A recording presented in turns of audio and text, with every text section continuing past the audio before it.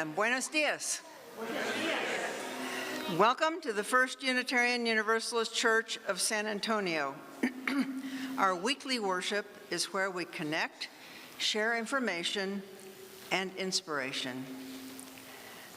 My name is Maggie Joseph, and I have been a member of this church since July of 1973, which is over 50 years now.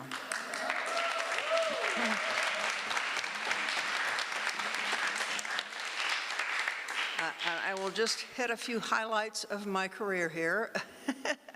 But I served on the board numerous times. I have been president of the congregation, and I served on the worship committee a lot and have done a lot of different things. Right now, I'm involved with the Eighth Principle Transition Team and the Black Lives Matter Racial Justice Group, and I'm very glad to be here still.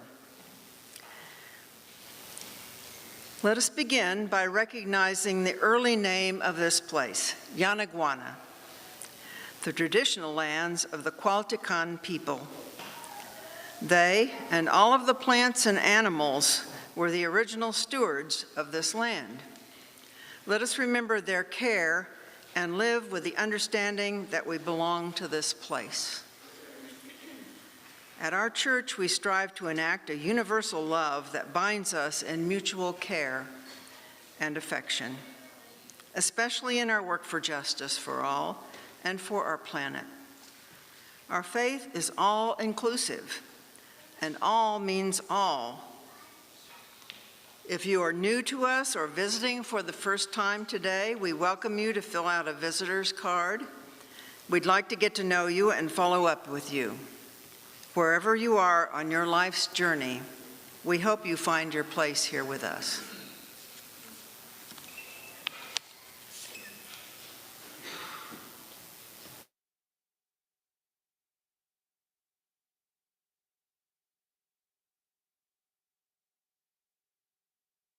I invite you to take a few deep breaths, center yourself, and prepare for our time together.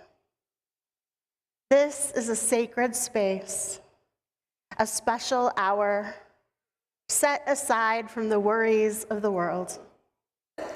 Take this time to refocus yourself on the ways of loving, of compassion, and of peace.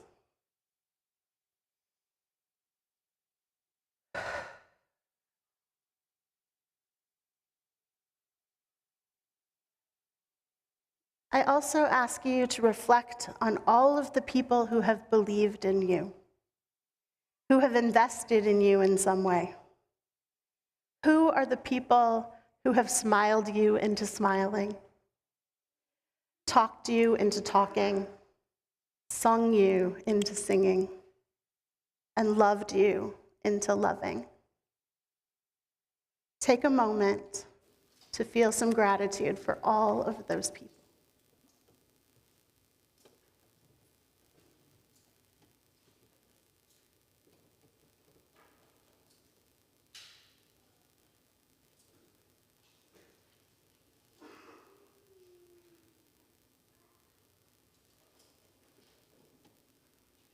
Perhaps some of those people who have invested in you are in this room at this very moment. Or perhaps there are people you have yet to meet who will support you or whom you will support in the future. With that in mind, I invite you to reach out and connect with those around you and greet them.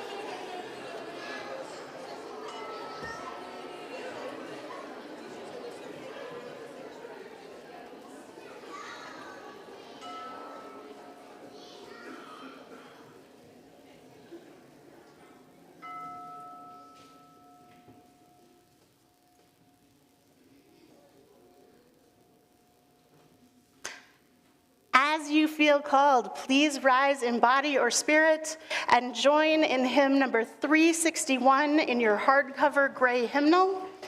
Enter, rejoice, and come in.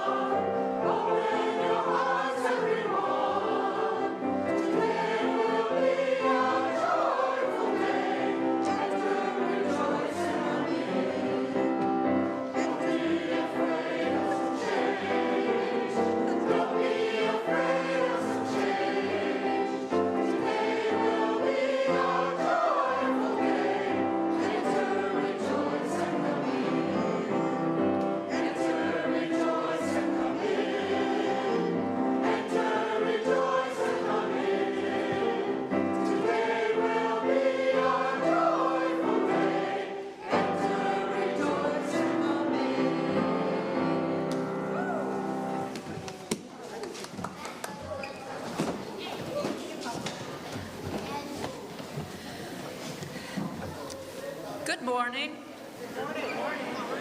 I'm Marcia Meredith. I use she, her pronouns. I have been a member of this church since 2001 and am currently on the racial justice, social justice, racial Black Lives Matter group, if I get that straight, and on member care. It's been a joy to work on these groups. We light our chalice today with these words from the Reverend Scott Taylor, inspired by the words of John Schreer. May this light cast its light toward better days, reminding us that the future is not simply a place we are going, but a place we are creating. The path of new possibilities will not be found, but made. The justice we long for does not sit at the end of that inevitable arc. It lies in the bending. That is ours to do. A new world is waiting to be built, friends. May our time together light the way.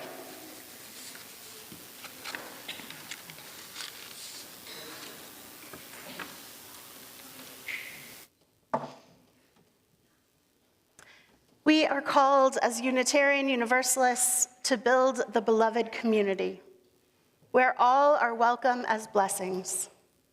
Let's recite our covenant that articulates our promises and binds us together. Please read together. Love is the doctrine of this church. The quest of truth is its sacrament, and service is its prayer. To dwell together in peace, to seek knowledge and freedom, to serve humanity in fellowship, to the end that all souls shall grow into harmony with the divine, thus to be covenant with each other. And in Spanish, el amor es la doctrina de esta iglesia. Su sacramento es la búsqueda de la verdad, y su oración es el servicio. Convivir en paz, buscar sabiduría en libertad, dar a la humanidad nuestro servicio fraternal, para que todas las almas crezcan en armonía con la divinidad. Así pactamos el uno con el otro.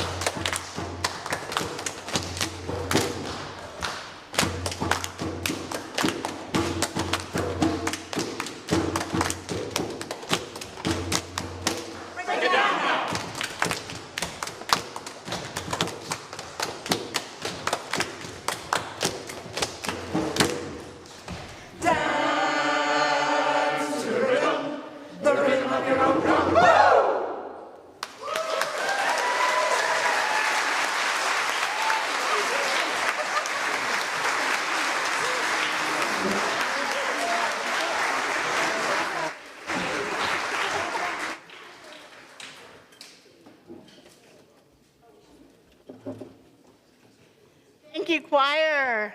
Thank you, children's choir.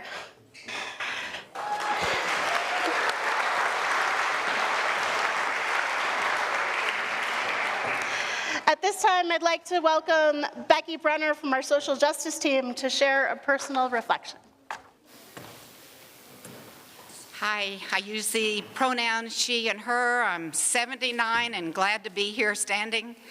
And I'm here to briefly explain why I became the only civil rights worker from San Antonio, Texas, male or female. And so I'll keep it brief because there's a lot of wonderful things today in the program. Basically, life is a series of choices. Some of them you have no idea how consequential they'll be, but you make them and it leads you in a path where you have no idea that you're going. So I will just say real quick that I grew up here. I was very active at Trinity Baptist Church, went to MacArthur. I was the chaplain of everything at the school I could find, it seems, from Beta Club to the Student Council to leading the prayers at all the football games and the devotionals every morning over the intercom. Good grief.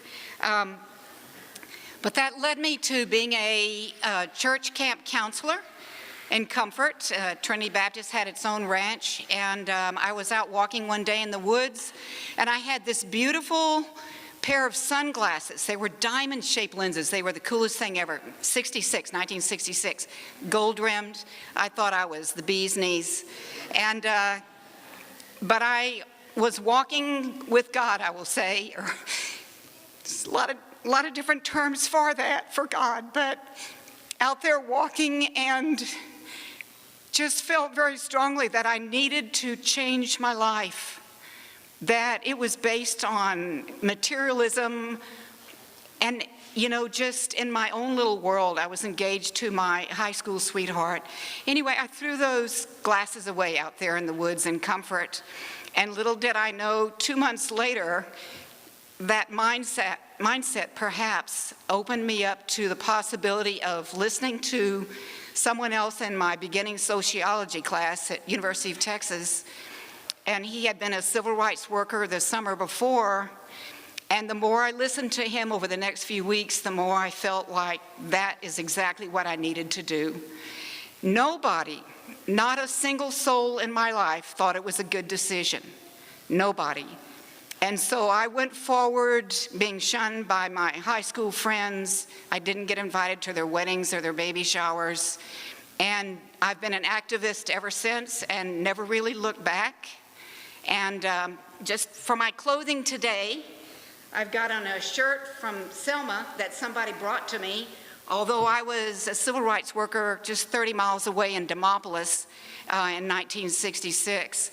And I have on a Palestinian support scarf. I forget exactly the name of it. I can't pronounce it yet, but I will learn it. But anyway, that's where I'm at today, and I've been here at UU for 9 months. And I'm glad to be here, and who knows where we're going. Thank you very much.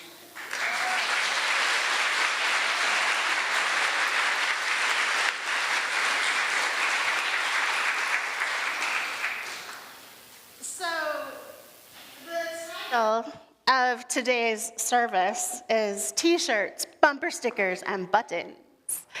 As many of you know, I love me a good t-shirt.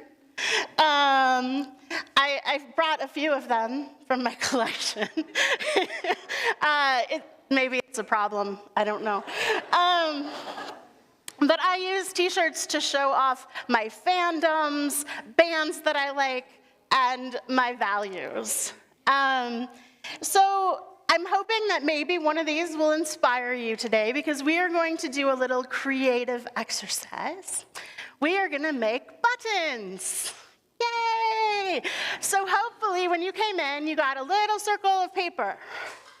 If you did not, raise your hand and the ushers can bring you some. All right, and in the pews, there are little baggies of colored pencils all over. You might need to borrow from friends. Kids, maybe you can get some out of the worship binders if you don't have any. You may have to ask around and share. I didn't have them for every pew, but there should be one either right in front or right behind you. So over the next little bit, I invite you to write or draw something that is meaningful to you. Maybe it might be words like, love is at the center, or a picture of a chalice, or the name of our church. Or maybe there's a social justice issue that's close to your heart. Maybe the environment or anti-racism work. Or maybe there's a person or an animal that you just really love that you want to have on a button. Whatever that is, I encourage you to make one. And you'll have quite a bit of time to draw and write throughout the service. We're going to ask you to put them into the offering basket when it comes around later. And we have Charlie and Absidy back in the choir room who are going to make them into buttons that you can pick up at the end of the service. So, as you're doing this, I encourage you to keep it positive. Support something that you love rather than tear down something that you don't like. Those messages are usually more effective in our world today. So try and keep it positive, even though I know giving up the sarcasm and snark is very hard. You can do it, I believe you. So Jaime's gonna play some music, take some time to work on your buttons.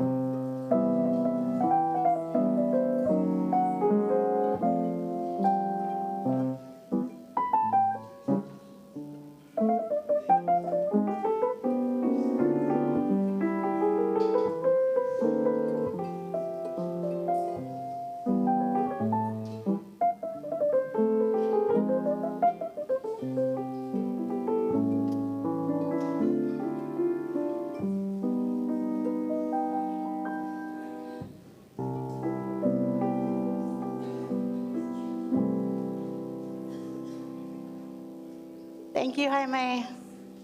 If you're not finished, don't worry. You can continue to work on the buttons throughout the next couple parts of the service. But now it is time to light our candles. We have come into this place today as complex human beings with complex emotions. Perhaps one emotion is stronger than the others today, or maybe you don't know how to feel right now. No matter how you arrived in this place, know that you are whole, you are holy, and you are loved. Exactly and precisely as you are. You do not have to change anything or do anything to earn that love. You are loved as you are. And now I invite you to come forward and light a candle to mark something that brings you joy or is bringing you sorrow today. Please come down the side aisles and return up the center.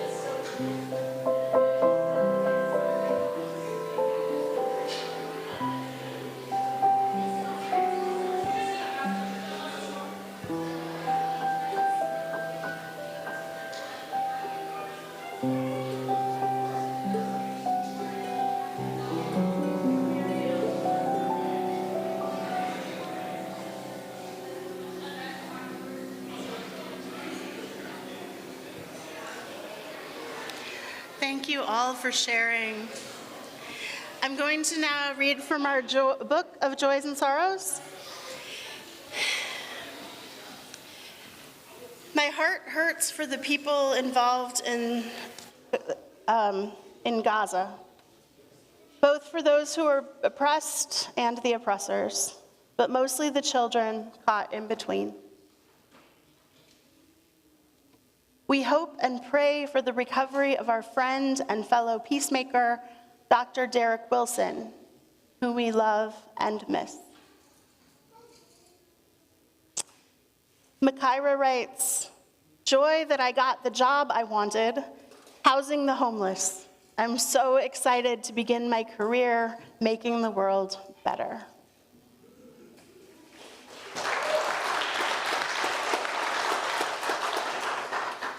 And someone else writes, "I celebrated 60 days sober on Thursday.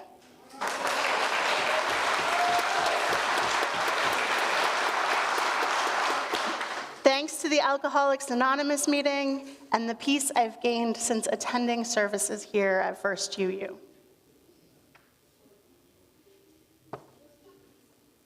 May we all feel the love that is the center of our faith. For all of our joys, sorrows, concerns, may we feel empathy and compassion for ourselves and one another. And through the caring act of community, offer a space of deep kindness and loving and just action. Blessed be, and amen.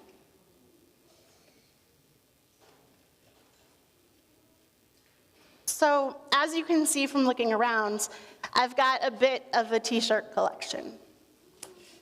Over time, I've become a little bit more discerning about what t-shirts I wear, especially since I'm planning to go into ministry.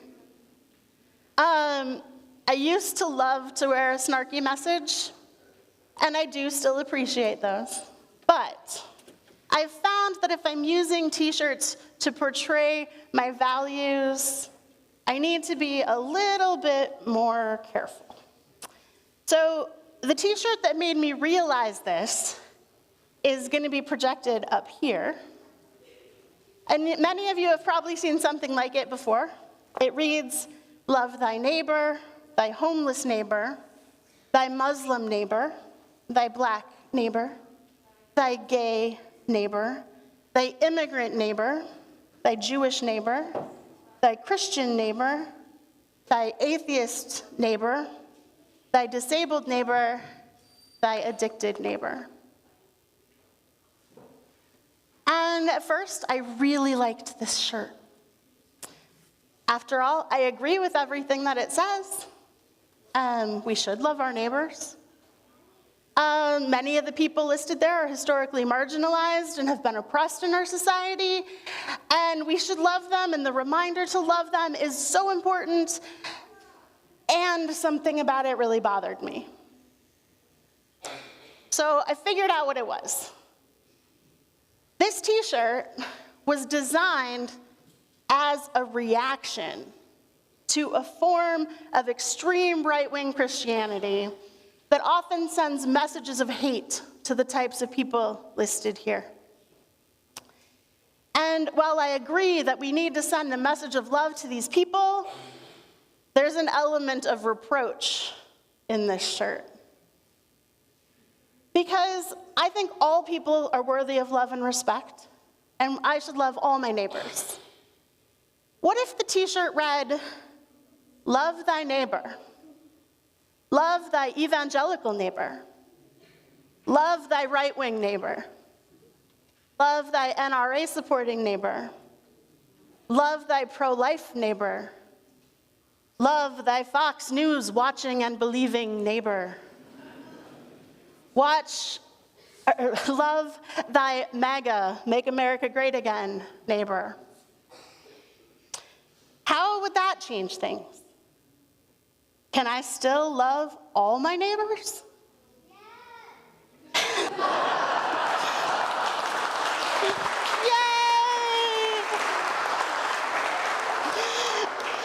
I mean, how would I feel about it if somebody was wearing that shirt. I thought about how easy it would be for me to just look at them and dismiss them as some sort of ideological crazy person. And then I thought, what about people who see me wearing that? How easy is it for them to look at me and dismiss me as some kind of ideological crazy person? So, how do we spread the message of our values in a way that might open up dialogue rather than shut it down? How can we love generously and compassionately? So that's what we're exploring today. It's not easy, but we can do it. As you think about the ways that we can spread compassion, love, and all of the ways that we are interconnected with one another in our community and our world, please consider offering a financial gift in today's offering basket. Your generosity allows us to maintain this church and support its mission in our community. For those of you viewing online, you can donate through the chat stream. For those of you here in the sanctuary, you can contribute in the baskets or scan the QR codes that are in the back pockets of the pews. And also, don't forget to put your circles in the offering baskets as they come around so that Charlie and Absidy can make your buttons. Would the ushers please come forward?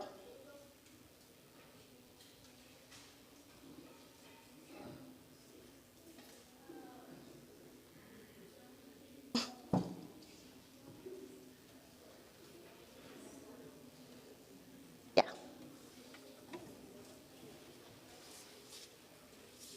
There you are.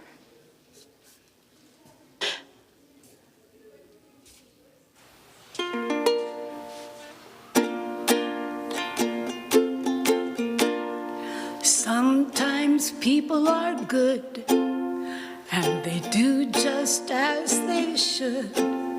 But the very same people who are good sometimes are the very same people who are bad sometimes. It's funny, but it's true. It's the same, isn't it, for me as sometimes people get wet and their parents get upset. But the very same people who get wet sometimes are the very same people who stay dry sometimes. It's funny, but it's true. It's the same, isn't it, for me as sometimes people get mad and they end up feeling bad. But the very same people who are bad sometimes are the very same people who are glad sometimes.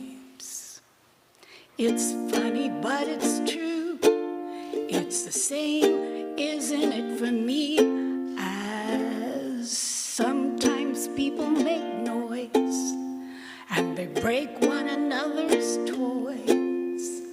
But the very same people who make noise sometimes are the very same people who are quiet sometimes. It's funny, but it's true. It's the same, isn't it, for me as sometimes people are good and they do just as they should. But the very same people who are good sometimes are the very same people who are bad sometimes. It's funny, but it's true. It's the same, isn't it, for me? Isn't it the same for you?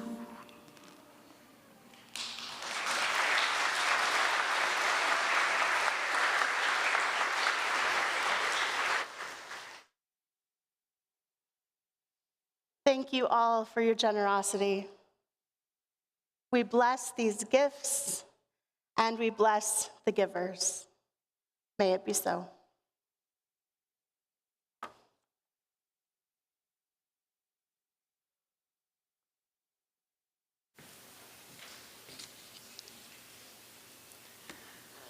Our reading today was originally published in the book Wishful Thinking by Frederick Buechner.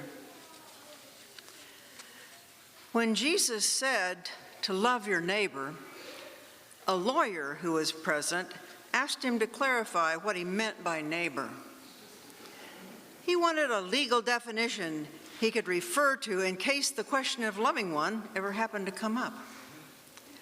He presumably wanted something on the order of, quote, a neighbor, hereinafter referred to as the party of the first part, is to be construed as meaning a person of Jewish descent whose legal residence is within a radius of no more than 3 statute miles from one's own legal residence, unless there is another person of Jewish descent, hereinafter to be referred to as the party of the second part, living closer to the party of the first part than one is oneself. In which case, the party of the second part is to be construed as the neighbor to the party of the first part, and one is oneself relieved of all responsibility of any sort or kind whatsoever.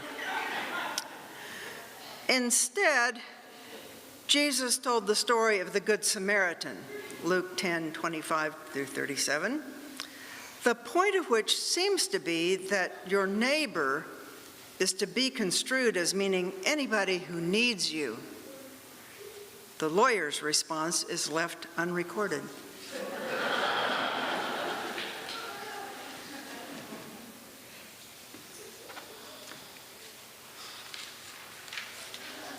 So who is our neighbor? One of my biggest inspirations in my journey has been the Reverend Fred Rogers. He is more often known as Mr. Rogers from the PBS television show Mr. Rogers' Neighborhood.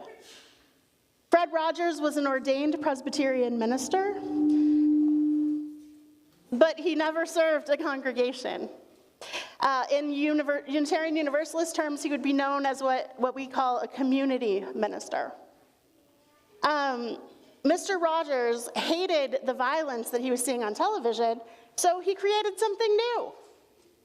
He combined his musical talent with his studies in early childhood development and created a show that spoke to children at their level, telling them that they were special and loved just the way they are.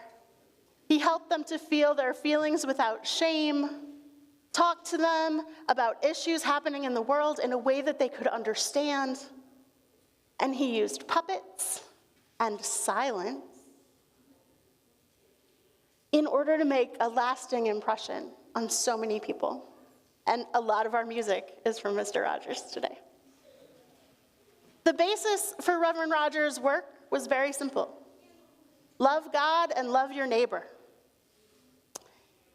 He was a Christian minister, and he took those words that Jesus said to heart. He firmly believed that loving God and loving your neighbor were the most important things that a person could do. He believed in love. As Reverend Rogers said, love is at the root of everything. All learning, all relationships, love or the lack of it.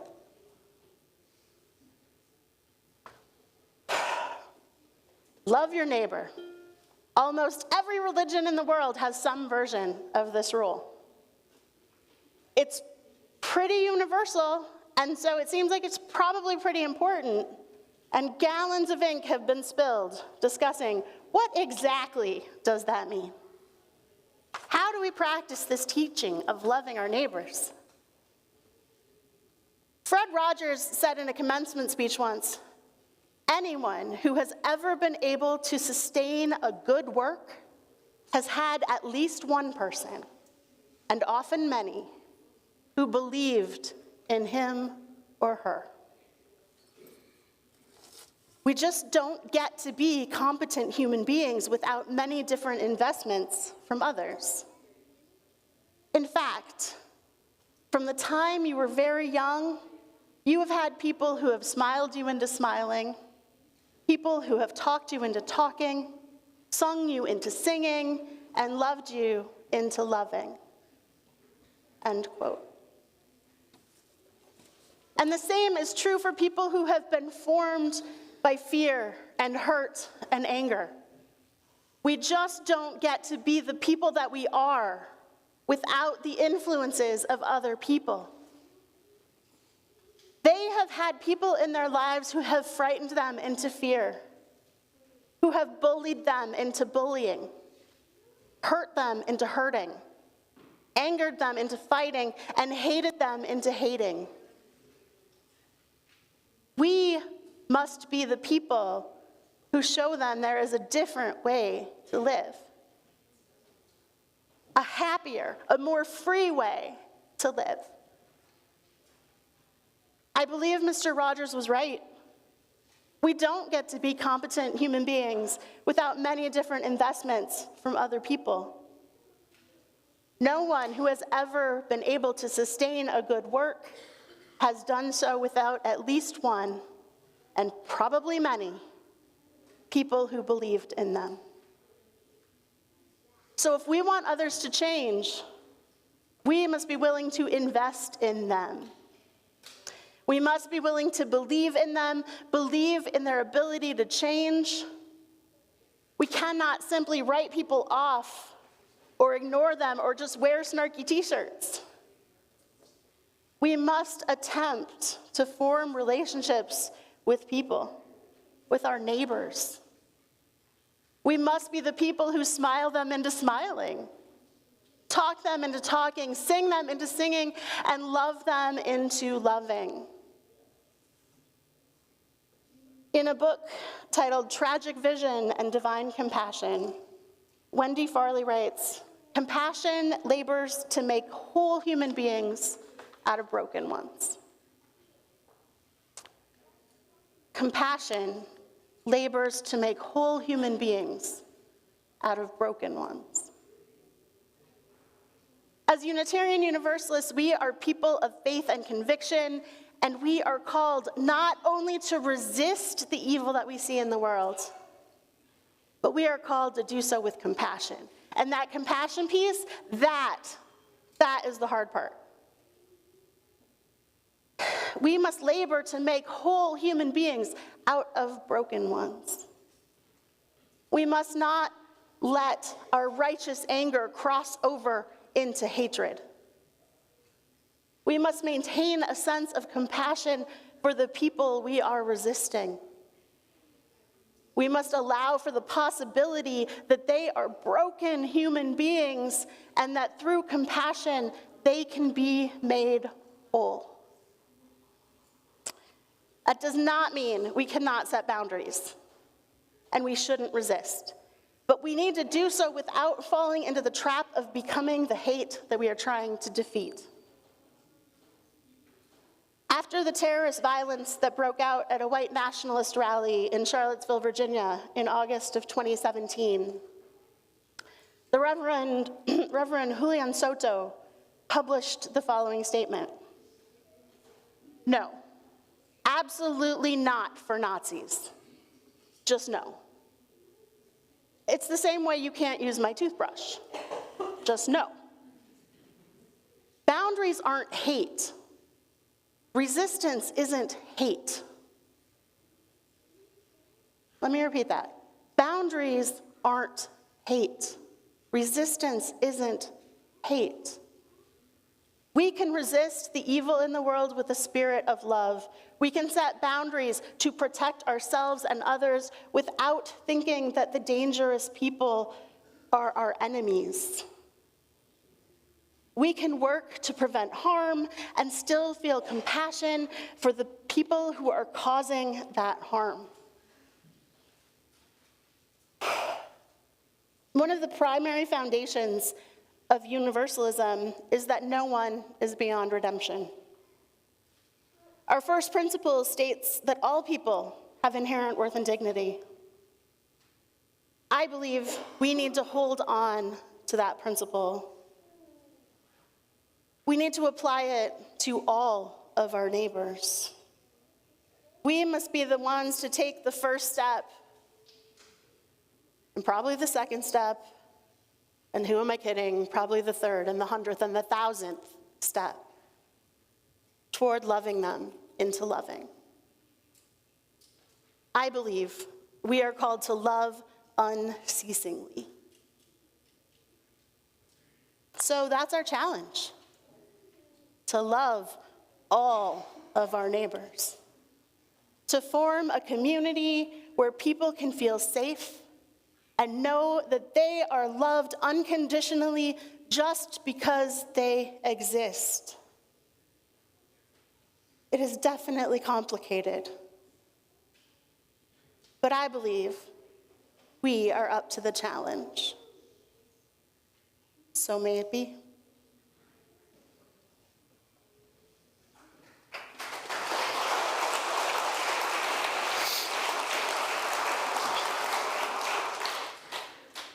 Please rise and body your spirit for our closing hymn, number 146, Soon the Day Will Arrive.